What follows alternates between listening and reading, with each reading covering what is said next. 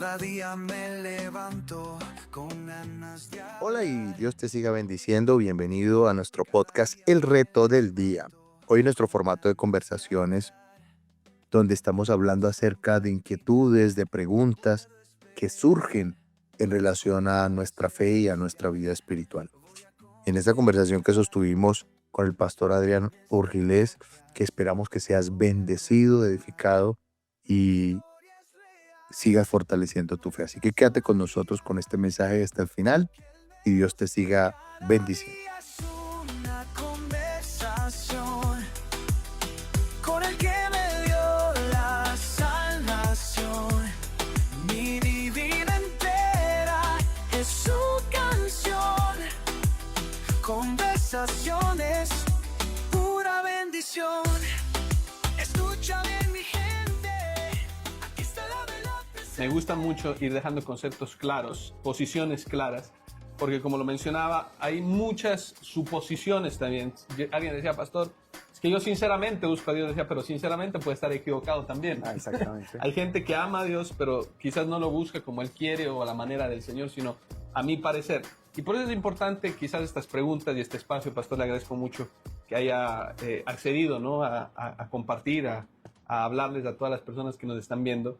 Alguien decía, la siguiente pregunta es, ¿tengo suficiente fe o Dios me rechaza por mis dudas? Bueno, esa es una pregunta muy interesante y la primera pregunta que veríamos o contrapregunta es ¿qué fe es suficiente para que Dios obre? Porque a la luz de las Escrituras, por ejemplo, el Señor dice, si ustedes tienen fe como un grano de mostaza, Algo mínimo. algo mínimo, algo pequeño. O sea, en la Escritura encontramos que no se requiere una gran fe para que se produzcan grandes cosas. El Señor dice, si tienes fe, como un grano de mostaza. Y Está también hablando- ahí entra el pasaje, a todos se nos ha dado una medida de fe, ¿no? Una medida para de que fe. nadie tenga excusa el día de mañana de decir, Es correcto. yo no tengo fe para recibir a Cristo. Así es, que cada uno debe desarrollar la fe. Dicho eso, alguien preguntaba en una ocasión, yo tengo dudas con relación a Dios, con relación al propósito, con relación al amor de Dios. Y siempre he respondido que está bien tener dudas. Claro. En la Escritura encontramos hombres que tuvieron muchas inquietudes y que no recibieron todas las respuestas. Nosotros encontramos, por ejemplo, a un Moisés lleno de dudas en muchos momentos y en muchos episodios de su vida. De hecho, uno de los grandes, digamos, de las causas que hizo que Moisés no entrara a la tierra prometida fue a causa de sus dudas. Cuando el Señor le dijo, háblale a la roca, y él la no le golpeó. habló, sino la golpeó. Y no solo la golpeó una vez, la golpeó dos veces. Encontramos al mismo David, que en sus salmos expresa muchas de sus dudas. Encontramos al mismo Jeremías, uno de los grandes profetas, que a causa de su aflicción y su sufrimiento se preguntó en algunos momentos si su llamado valía la pena cumplirlo. Juan el Bautista. Juan el Bautista, cuando envía a preguntar al Señor, realmente este ¿eres que ha de tú venir? el que habría de venir o esperamos a otro? Sí, claro. Y hasta el mismo Señor Jesús, que en una de las últimas palabras que dijo estando en la cruz, dijo, Padre, ¿por qué me has desamparado? El mismo Señor Jesucristo en esa situación expresó una pregunta, y las preguntas pues siempre lo que reflejan es dudas. Ahora, obviamente Dios es un Dios misericordioso. ¿Qué significa esto? Significa que Dios entiende nuestra naturaleza y entiende que nuestro conocimiento y nuestro entendimiento es finito. Es limitado, claro. Es limitado. Él es un Dios infinito y nosotros, nuestra mente es finita, nuestra cabeza es pequeña y es corta. Se podría decir, padre, entonces que la fe no se mide por perfección, sino por su objeto. Y sí, que es Cristo. Porque, por ejemplo, cuando Tomás tuvo la duda con Cristo, que se me viene ahora a la mente esta imagen, el Señor no lo juzgó ni lo echó fuera, sino al contrario. Lo que hizo fue llevarnos la certeza a través de la persona de Él. Es correcto. Y es que ahí es donde está la esencia de lo que nos habla a nosotros Hebreos capítulo 11, que es el capítulo por excelencia de la fe. De la certeza. Si nosotros analizamos ese pasaje, esa escritura está hablando de Jesús. Sí, total. Jesús es la certeza de lo que se espera y la convicción de lo que no se ve. Es Jesús. Luego obviamente hay tipos de fe, ¿no? Hay fe para ser salvos, hay fe para ser sanados, hay fe para ver milagros, Niveles etcétera. de fe, Hay sí. niveles de fe, etcétera, Yo etcétera. en una ocasión les comento aquí, le decía a mi esposa, ¿cómo no entiendo por qué tengo fe para ver milagros, ver que se regenere un órgano, de que crezca una pierna, de que ocurran cosas y me falta fe en la parte económica? Le decía, Exactamente. no entiendo por qué esa es mi lucha. Exacto, porque hay fe para todo. Hay diferentes clases de fe. Hay gente que desata fe, por ejemplo, para finanzas, pero no desata fe para sanidad. Hay gente que desata fe para sanidad, pero no desata fe para finanzas o para salvación.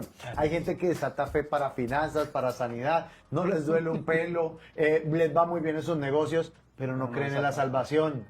No creen que Cristo vive bajo el Que yugo de de la hecho, culpa, esa es la más importante, ¿no? que es la salvación para, exacto, la fe para salvación. Entonces la fe se expresa en varias cosas, pero se resume en una sola cosa o en una sola persona, que es Cristo Jesús. Luego, ¿está bien tener dudas? Claro que sí. El problema no es que que tengas dudas, el tema es que no hagas nada respecto a ellas. Así es. El Señor Jesucristo dijo, cuando la gente dudó en algún momento, le dijo, escudriñen las Escrituras, porque En ustedes creen que en ellas tienen la vida eterna y ellas son las que dan testimonio de mí. Luego, si tú tienes fe, dudas en tu salvación, en el perdón de tus pecados, en tu sanidad, en tu vida financiera, en tu vida familiar, escudriña las Escrituras y encuentra a Jesús en ellas, porque en ellas es que tu fe se va a desarrollar. Genial, pastor. Me gusta mucho. La siguiente pregunta dice, ¿qué pasa con quienes nunca escucharon el Evangelio? Bueno, esa es una gran pregunta también que ha surgido en muchas ocasiones y que obviamente los escépticos al Evangelio dicen, bueno, pero ¿cómo es posible que si ustedes dicen que solo a través de la salvación, Solo a través de recibir solo a a Cristo. través de Cristo se puede recibir la salvación? Entonces, ¿qué de los indígenas prehispánicos, por ejemplo? Porque sería injusto condenar a alguien que no escuchó de Jesús. Es correcto. Y ese pasaje y ese tema lo aborda exactamente Romanos Romanos 2. capítulo 2. Del 14 al 16 Del 14 al específicamente. 16, exactamente. Donde está hablando acerca de que obviamente todo hombre comparecerá delante del Señor y será juzgado juzgado por sus obras. Y esta escritura lo que nos dice en esencia es que la salvación se va a derivar de dos cosas en esencia.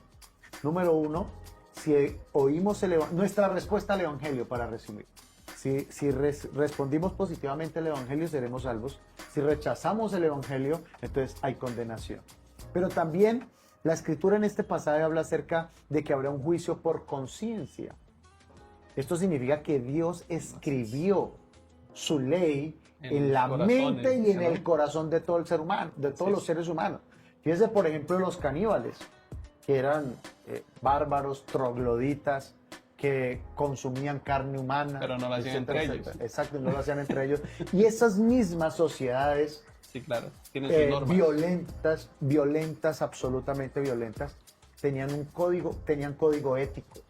Es decir, tenían un conocimiento del bien y del mal. Totalmente. Y es bajo ese conocimiento del bien y del mal, en aquellas sociedades y hombres que nunca escucharon el Evangelio, que serán juzgados delante de Dios. Serán juzgados, como dijo el apóstol Pablo, de acuerdo, conforme a mi Evangelio. Es decir, si oyeron y recibieron o rechazaron o resistieron el Evangelio. Y por otro lado, si vivieron de acuerdo al conocimiento que recibieron de Dios en sus conciencias. Es decir, todo el mundo sabe, yo lo suelo resumir de esta manera, un niño que no ha aprendido, que tiene una conciencia limpia, si se quiere decir así, agarra algo que no es suyo y enseguida lo esconde.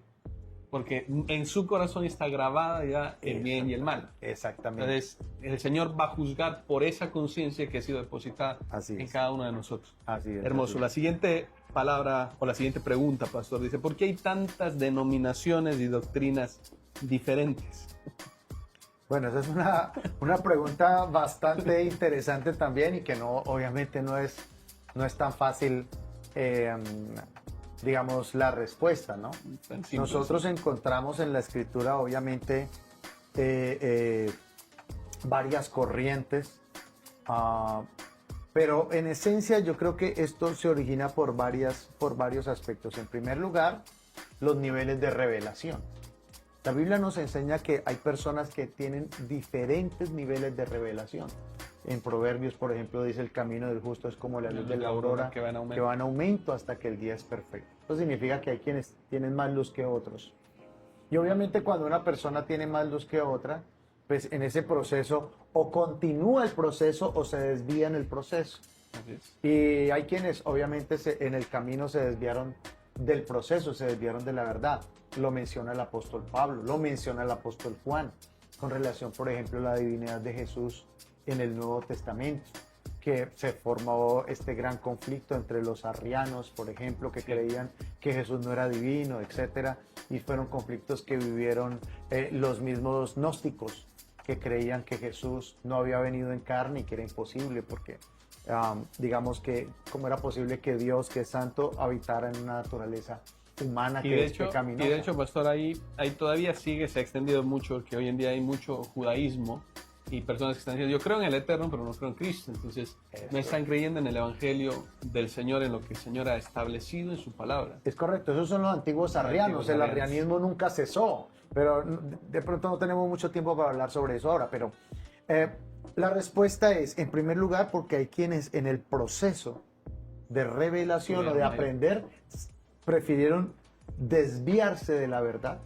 que abrazar la verdad. Eso por un lado. Y entonces, digamos, aquí tenemos que hablar de la naturaleza humana también.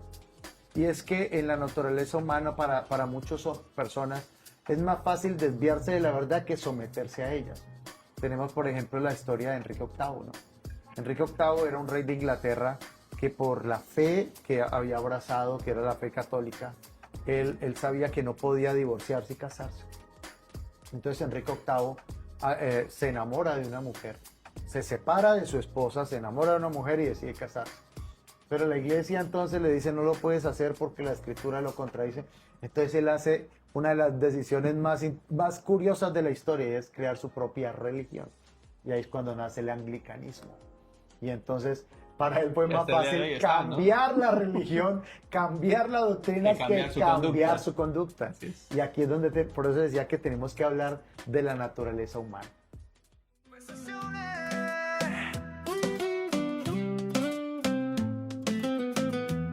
Así que si este diálogo te ha ayudado a aclarar tu perspectiva, te invito a que lo compartas con personas que tengan inquietudes. Así que te invito a que nos ayudes a compartir este mensaje con otras personas y Dios te siga bendiciendo.